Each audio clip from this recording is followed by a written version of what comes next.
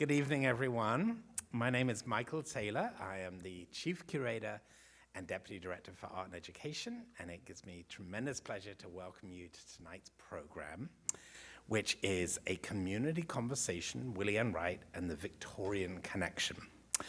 Tonight, Madeleine Dugan, VMFA's curatorial assistant and contributing author to the Willie Anne Wright Artist and Alchemist exhibition catalog, and Kathy Garrett-Cox, curator and director of historical resources and collections at Maymont, will discuss the decorative arts, fashion, and material culture of the Victorian era as reflected in the artworks of Willie Anne Wright.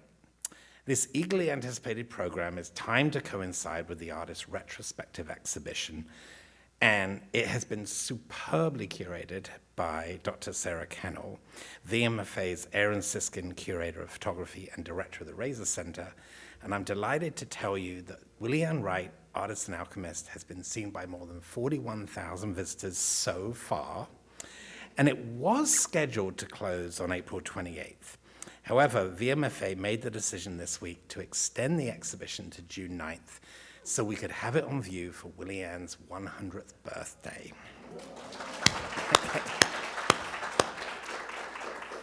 Willie Anne could not attend tonight's program, but we would like to extend a warm welcome to her family. I think we have Willie Anne's daughter, Anne Wright, here in the audience with us tonight. Thank you for joining us. You get a round of applause. It now gives me great pleasure to introduce tonight's speakers. Curatorial assistant Madeleine Dugan joined the VMFA in 2020. She received her BFA in Craft and Material Studies, as well as dual minors in Art History and Criminal Justice from Virginia Commonwealth University. Madeleine began her role at VMFA as a research assistant for the Man Ray the Paris Years exhibition and co-authored the chronology section of the exhibition catalog. When the Man Ray exhibition closed, Madeleine stayed on as VMFA's curatorial assistant, and she recently curated 2 exhibitions in the museum's Works on Paper gallery: The Art of Advertisement, Art Nouveau posters of the late 19th century, and Producing the Picturesque, watercolors and collaborative prints by Kawase Hasui, and that last exhibition is on view if you want to take a look tonight. Madeleine has a particular interest in 19th century decorative arts and works on paper, as well as contemporary craft and design. This fall, we will sadly lose her because she's going to attend a graduate program at the University of Glasgow, where she will study for her master's and eventually a PhD. And if you know Glasgow, it is the home of Charles Rennie Mackintosh. And so it's got a very 19th century feel, which is very appropriate for you. Our second speaker is Kathy Garrett-Cox. She is Maymont's curator and director of historical resources and collections. Prior to joining Maymont, she was the supervisory museum curator for the Naval History and Heritage Command, overseeing the Navy's more than 100,000 artifacts. Before her job with the Navy, she was the collections manager for the Preservation Society of Newport County, Rhode Island, overseeing the collections at all 11 Newport mansions, including the Breakers and Marble House. She has an undergraduate degree in art history from Salem College and a master's degree in art history from Richmond American University in London. Please join me in welcoming Madeleine Dugan and Kathy Garrett-Cox to their chairs for this conversation.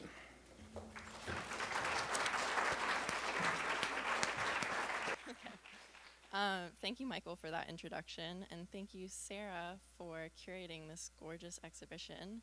And also, happy Women's History Month. This is such a wonderful opportunity. This is a great opportunity to talk a little bit more about Willie Anne Wright, who is such a beloved member of the Richmond community, and we are so proud to be able to honor her artistic legacy here at VMFA with this exhibition. And it's an equally exciting opportunity to discuss Maymont, which is a place that I'm sure many of us have been to. It's touched many lives, but I'm not sure that everyone knows about the history behind the grounds of Maymont. So, Kathy, if you would like to give us that background. Yeah, so thank you everyone for coming and inviting me to be here this evening. I'm going to start with a little background about Maymont and the Julies and why we have it here, and before we start our rest of our conversation. Maymont was the home of Sally and James Julie, and this 1930s landscape photo kind of gives us a better feel for what they saw when they lived there. They had moved there in the 1890s, but they purchased the land in 1886, and it was a dairy farm when they purchased it. So we can see that it's on the outskirts, or what looks like the outskirts of the city in the 30s still. And so here's James and Sally. They met and married in 1886, and they purchased the land. They married in 1869. They purchased the land in 1886. James was born right here in Richmond. His parents were Irish immigrants to the city, and they did quite well. James went to Georgetown College. After the war, he invested heavily in the railroads, and that's where he made most of his money. Sally is sort of bringing the social cachet to the marriage, if you will. She is old Virginia. She can trace her family back to royalty in England. She's a founding member of the DAR here in Virginia and the Colonial Dames. So she brings all of those connections to their marriage. They were horseback riding one day and found the land that we know as Maymont. May was for Sally's maiden name, and Mont, of course, hill.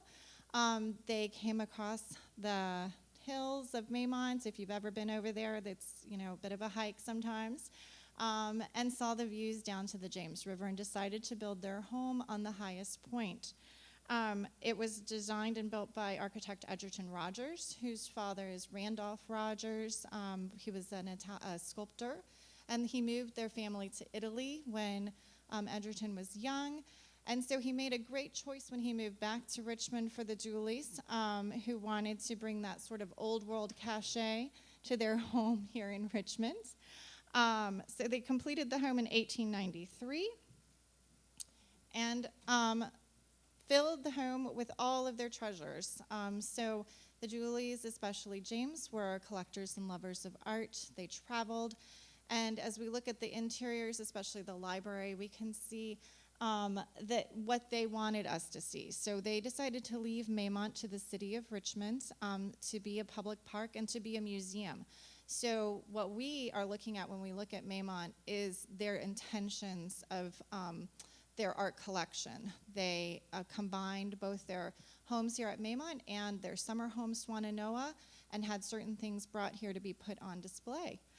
So the library is very eclectic, but it definitely shows off that they were traveled and cultured as they wanted us to grasp. Here we can see a couple of their pieces. On my right is a piece by Gracia called The Birth of Wine, and it is in the dining room if you come to visit at Maymont. 16th century beautiful sculpture. And then on the left is the stained glass by Tiffany Glass and Decorating Company, put in 1892, and again sort of showing the breadth of the Julies collections throughout the house. So then we have the pink and the blue drawing rooms here, and of course done in the height of fashion for the 1890s in the French styles, Louis the 15th and 16th respectively, and now a much more cohesive design style coming into place against that eclectic library. And of course, it took a large staff to oversee all of the mansions. So the Julies had 7 to 10 staff in the house and about 20 for the grounds. It was quite a production to entertain. We know that they entertained lavishly. At one point in 1902, they had all of the governors for a luncheon hosted in the mansion. They've had parties for over 400 guests, so all of that had to be carefully choreographed by all of their staff. Seen here is Mr. Dilworth and his wife. He is the last head butler that worked at Maymont. And then you can see the kitchen, which is directly below the dining room. If you come to visit, we do have all of the below stairs areas restored so that you can see how the staff helped with the mansion.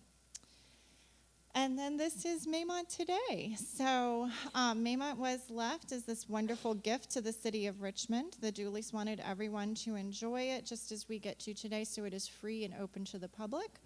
And over the years, we have added things to the estate. So you may not have been in the mansion, but maybe you've been to the gardens or the nature center. We also have a children's farm and wildlife habitat. So we still have the entire 100 acres that the Dooleys had purchased intact and open for everyone. So now I'm going to give the clicker to Madeleine. Thank you. So many of you already know Willie Anne Wright, but I will give a little bit of background on her. She was born and raised right here in Richmond, Virginia, and she got her bachelor's degree at William and Mary, not in art, but in psychology at the insistence of her parents. However, that did not deter her from auditing art classes, where she soon became one of her teacher's star pupils. And later, in 1960, she went back to school, this time at Richmond Professional Institute, which is now Virginia Commonwealth University. And that's where she pursued her master's in fine arts, focusing in painting. And she was taught by Teresa Pollock, among others. And you can really see in her work that her pop art paintings reflect a fascination with imagery of women, of pop culture, and of art historical references, an example of which you can see here with Venus in Morning Glories, where she has taken the Venus de Medici and has juxtaposed it with itself because she's a Gemini and she loved twin imagery. And she has also placed it among Morning Glories. She was fascinated with floral imagery, and that kind of connects itself to the Victorian language of flowers. And during her master's, she wrote her thesis on the image of women in 20th century painting. And this was accompanied by a 6-painting exhibition focusing on the same themes. And during her research for this master's, she was increasingly frustrated with the lack of representation for women throughout the art historical canon. But Willie Anne Wright is the kind of woman who's like, if nobody else is going to do it, I'll do it myself. And so she certainly did that. She created slide lectures that she taught throughout Virginia on historic women artists. And she has been a champion of women artists throughout her career, whether it was through these slide lectures that she taught or through the constant support she gave to her peers here in the art world in Richmond. In 1972, Wright took a photography class at VCU, and this was with the intent of being able to document her paintings. It was not her intent to fall in love with photography, but that did happen. She was trying to learn just the basics of photography and didn't realize she would be learning the most basic type of photography, which is the pinhole camera. And so if you don't know what a pinhole camera is, it's where you have a dark chamber, a box, and it literally has a hole made from a pin, hence pinhole, and you have photosensitive paper or film in this chamber, and light trickles in through the hole and inverts the image onto the light-sensitive paper, which prints the image onto it through an exposure time of at least 5 seconds up to a couple minutes, hours, even days, depending on the artist and the time of day. And her first photograph in the pinhole style was of her classmate, and that is in our exhibition that you can see, Jane Ware. And she fell in love with the pinhole's ability to kind of recreate this feeling of Victorian era photographs. And you can see an example of this here with the Arbor Summer. She had recently moved into a Victorian home, and it had this beautiful arbor in the backyard that really allowed her to set the stage for her photos. And the same year that she took this class, she had been trying to paint some family photographs, but she couldn't quite get the 1880s feel. And then she realized that the pinhole lent itself to that old feeling. And so her daughter and her daughter's friends were also collecting vintage textiles at the time, and so they were the perfect models for these photos. And so she continued to create them, and she was really inspired by her love of art history and her knowledge of 19th century photographers such as Oscar Gustav Rylander, Henry Fox Talbot, and of course the pioneering female artists Julia Margaret Cameron and Lady Clementina Howardin. And when I talk about the Victorian era, this is typically dated to Queen Victoria's reign, which was from 1837 to 1901. And she loved this culture because it was constantly changing. It wasn't just photography that was rapidly changing at this time, but also fashion and culture at large. And so Wright began collecting photographs, antique ambrotypes, tintypes, cabinet cards, textiles, family memorabilia, and jewelry. And she would use these and incorporate them into her photographs. And so here we have an example of a cabinet card she found of this family, the Smoots, and she really focused on this one girl on the right who looks super irritated. Maybe it's because she didn't get the memo that everyone had a hairpiece on top, but either way, Wright really loved her attitude, and she singled her out for Season of Vexation. And she continued to do this and really home in on the use of objects from her own collections that she had acquired. And so she would take jewelry, like we see here in this Victorian locket from her family, and she would use that in pieces like Lady with a Locket, and this necklace is riffing off of the woman's actually wearing a locket. And this is mimicking Victorian scrapbooks. And a lot of the time, Wright was focusing on portraiture. She's taking pictures of women and men, or she is taking old photographs and making photograms of them. But it's also kind of bringing the decorative arts to life as well. And at some points, it even becomes like she's taking a portrait of these decorative arts.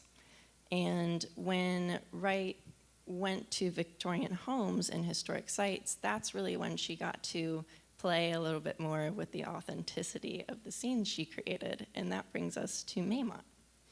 So Wright clearly had an interest in historic homes, which is exemplified in her photographs at Talbot's home at Laycock Abbey, Blythewood Gardens at Bard College, Heronswood Garden in Washington, and of course, Maymont Mansion. She actually continued to revisit Maymont over the years and take photographs there. And she took this self-portrait at Maymont. So she clearly identified with it and Richmond. And she was even quoted in Fan magazine in an interview listing Maymont as one of her top favorite places to photograph. So can you talk a little bit about the draw to Maymont and Maymont's importance to the Richmond community? Sure, thanks, Madeleine. So Maymont has been important to the Richmond community since we opened. So Maymont opened to the public in 1926, and right away we had over 50,000 people come through the mansion in the first 9 months that it was open. Richmonders seem to immediately take to this free estate and have always kind of held it special in their hearts. I did have a chance to speak with Mrs. Wright last summer, and I asked her about why Maymont, why did she love it so much, and she had the same story that we still hear from so many guests today, which is that she came to Maymont on a school trip, and she came on the streetcar as a young child, and she continued to come back over and over, and of course go back as an adult. And so she has the same similar connection that I feel like our guests today talk about, and it's just a special place. I mean, there aren't that many free parks in the world that have this intact history to them as well. So we have the new things, but we have all the original estate buildings and the original gardens, and so you get that extra level of a special, unique spot to go to. So the series that really sparked this discussion in the first place was Wright's exhibition Maymont Park and Other Fantasies, where she staged photographs inside the mansion, focusing particularly on recreating the essence of the late Victorian era and capturing the iconic decorative arts in your collection. And I know she talked to you about her adventure behind the scenes in 1974. Would you be able to tell us a little bit about the photo shoot and more specifically the decorative arts that were captured in the photographs? Yes. Well, I love that she calls it Maymont Park and Other Fantasies, as I think that the images that you'll see in a few minutes really do evoke sort of fantasy. They're super fun. So yeah, I did speak with Miss Wright last summer about that photo shoot. This is a time in Maymont's history that we actually don't know that much. So part of the intent on my part was to also just fact find. So the city of Richmond owns Maymont and was running Maymont from 1925 until 1975, and the Maymont Foundation was formed in the 70s, and we took over the running in 75 and continue to run the estate today.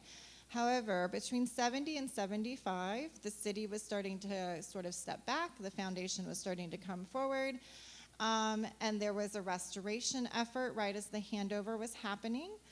So it was kind of a unique time. According to Miss Wright, in fact, the day of the photo shoot, and you can go to the next one,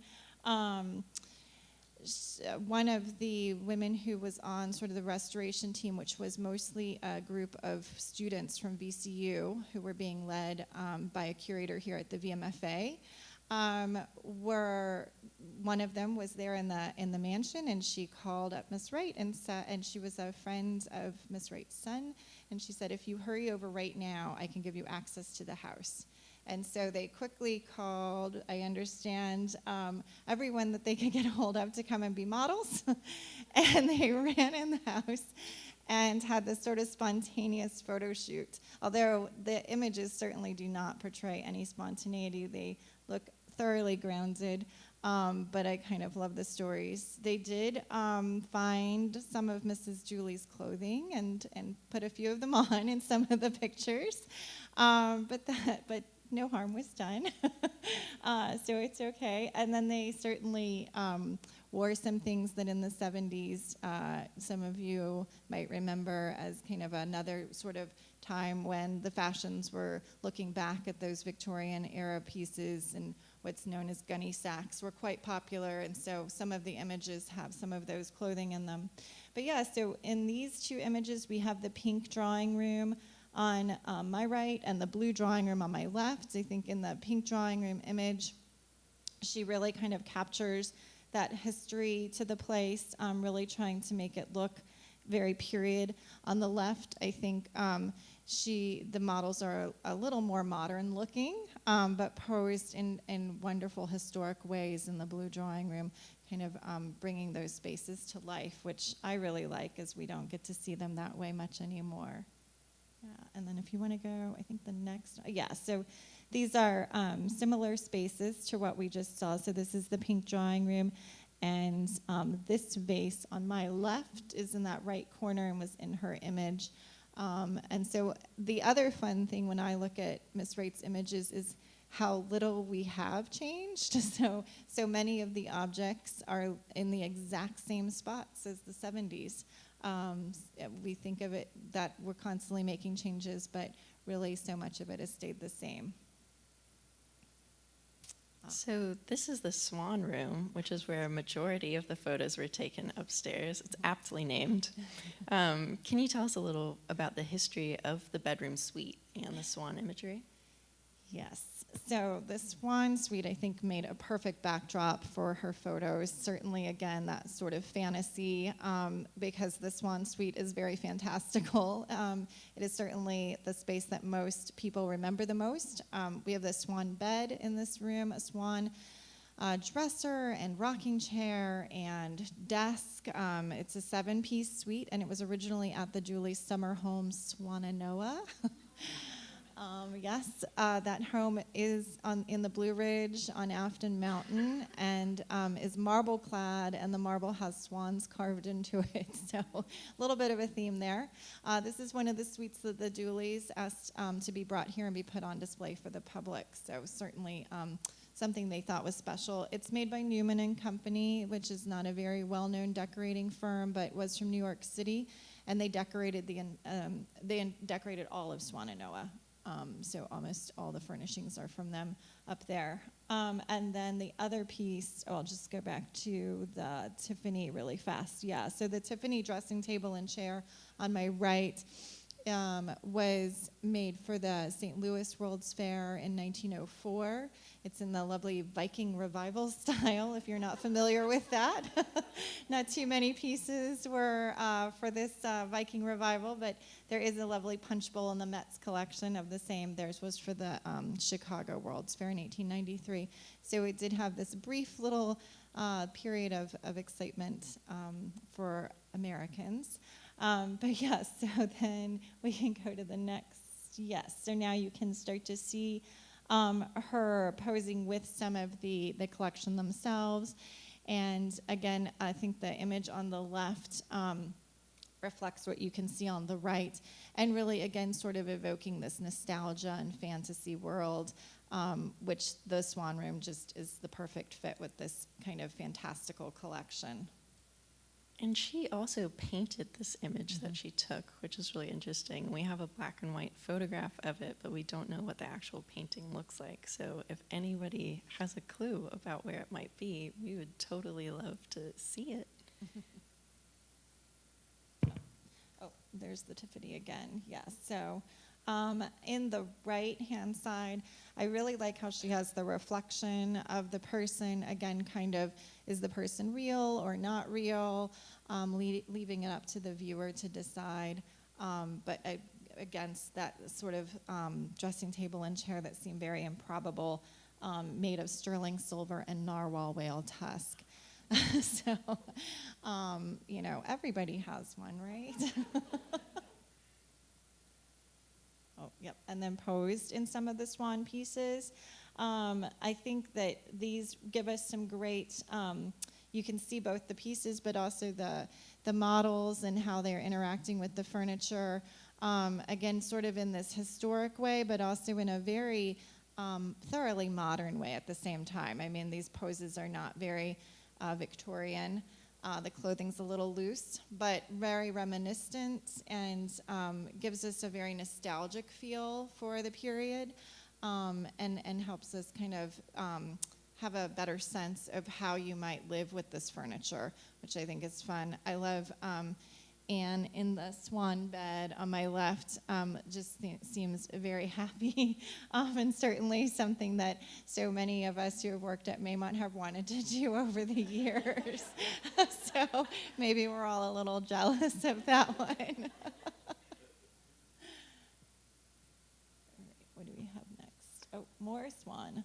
Yeah, this swan furniture is, it's just so iconic. So it's no wonder that she used it over and over and over. I mean, it's certainly the pieces that I think people remember the most. If you've come to the mansion, people might not remember until they get to the Swan Room that they've been to Maymont before, and then they always say, oh, yes, I have been here. I love the swan bed. So it's no wonder. And then her use of it on the left is just, again, a really modern way of looking at this furniture, and sort of looking at the shapes and what they're doing, and just bringing it to just a new audience.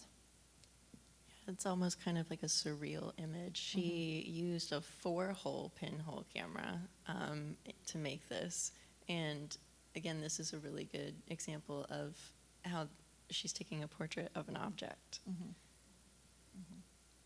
So Willie Anne Wright was a champion of local Richmond art and artists, especially her female peers. James and Sally Dooley as well were passionate patrons of the arts, not just through their own personal collecting of works by famous makers, but also supporting the Richmond art scene as well. So could we talk a little bit about that? Yes, so I mentioned that James was an avid art collector. He was part of the Richmond Art Club and actually president for 10 years. He gave many speeches, and but the art club was also a venue for exhibitions. And his niece, Nora Houston, was an artist, and her partner, Adele Clark. And let me see what else we have here.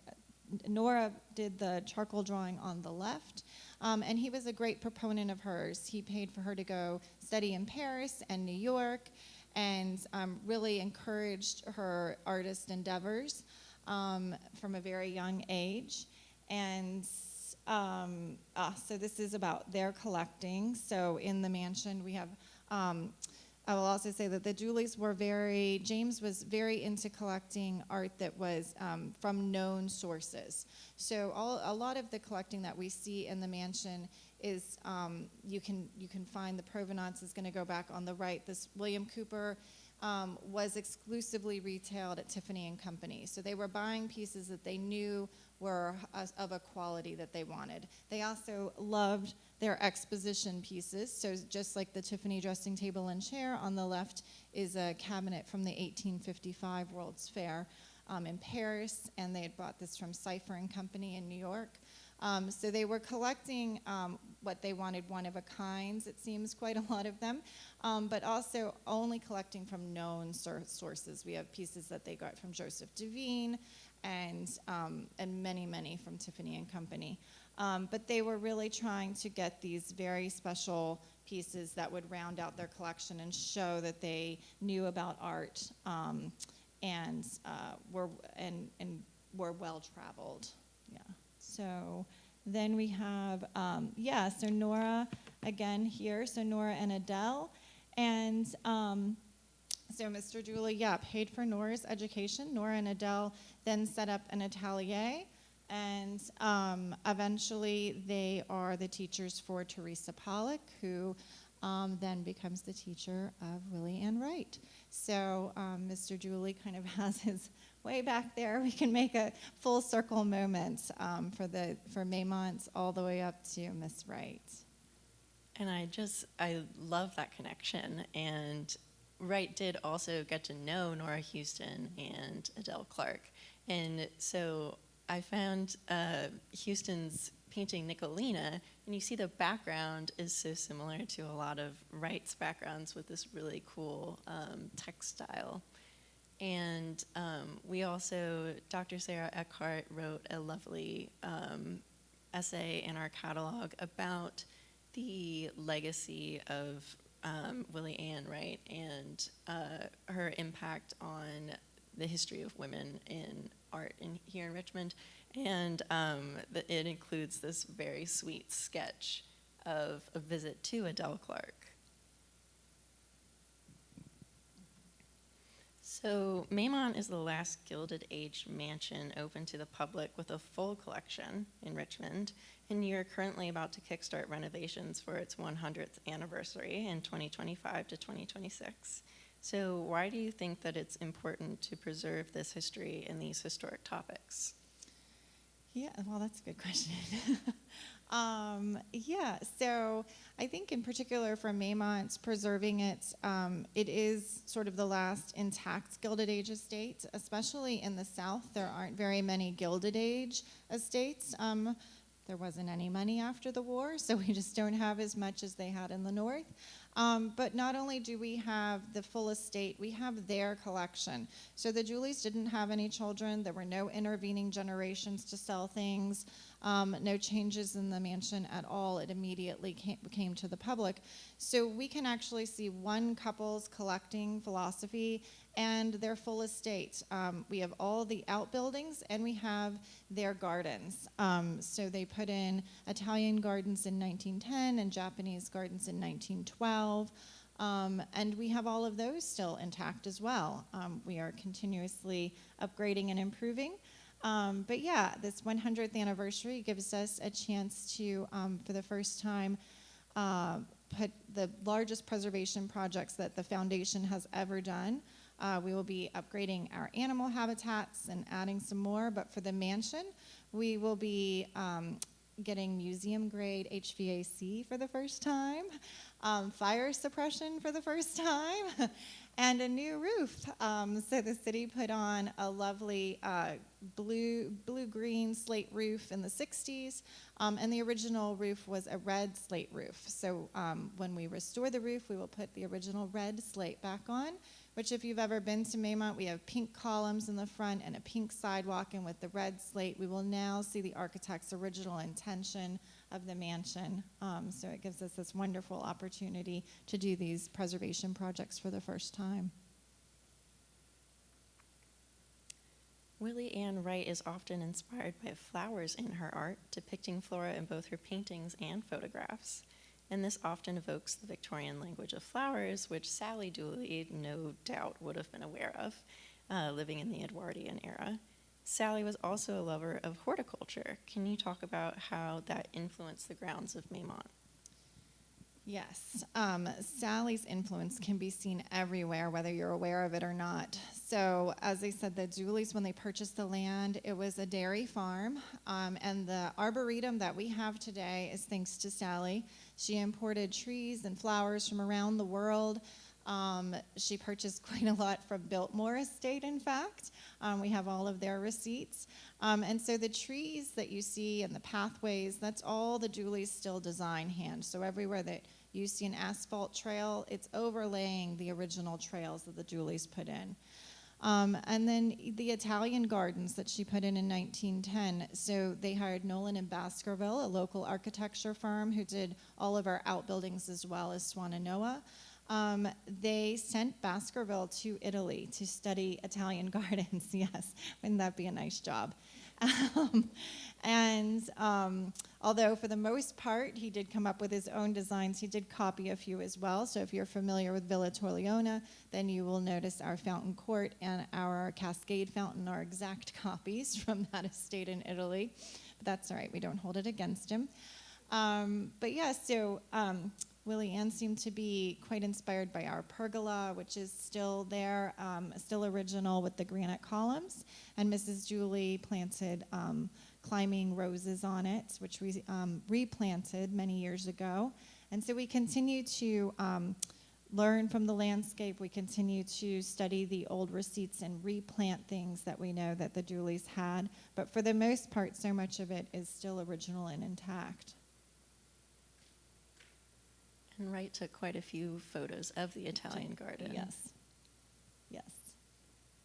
It is still, what I kind of love about these photos from the 70s is that if you come to Maymont today, you would recognize it immediately as the same place. And so I kind of love that for her as well, that it was the same in the 1910, and then she sees it in the 70s almost the same way, and then we see it today the same way that she saw it in the 70s.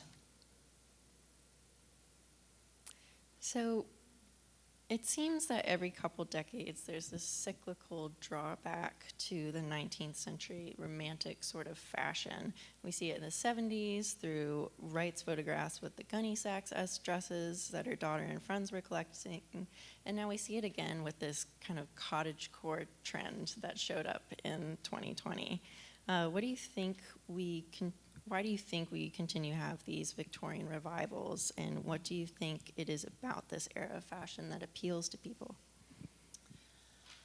I think that it sort of, again, is sort of now for us kind of fantasy, kind of evoking a time that seems romantic, that we kind of put a lot of, we put our own perceptions on that time period. Of course, we it's very dramatic. It's a time period, though, I think, for fashion designers that's ripe for inspiration. I mean, when you look at the clothing from the 1890s through sort of the 1910s, it changes dramatically. You start with these huge leg of button sleeves and these tiny waists, and then by 1910, we're getting a little looser, closer to what we call the gunny sack. And I think it gives designers all this leeway to kind of play with the frills and the romantic and the drama of the fashions of those periods. and that all lends itself very well to Miss Wright's photos as well. But yeah, and I think that we've been lucky or lucky to me in the last few years to have so many television series kind of bringing them to the forefront again with Downton Abbey and now the Gilded Age. It kind of brings those fashions back to the present mind, and everyone, I think, gets inspired by it yet again. I think that's, one of the reasons why we saw cottagecore kind of making that resurgence. You suddenly had all of that kind of at everybody's forefront of their mind again, and so it just keeps kind of coming back as I think everybody continues to be enthralled with this time period that seems so rigid on the one side and so free on the other. It's decadence and extremes, and yet the rigidity of the social norms of the time kind of playing against each other, and that comes out in their fashions for sure. Yeah, and I love that you can totally tell, like, when they were taking pictures, these are, like, white in the photos, but this is bright yellow, and they're definitely revival fashion. Yes. So that's all. Thank you so much. Lots of time.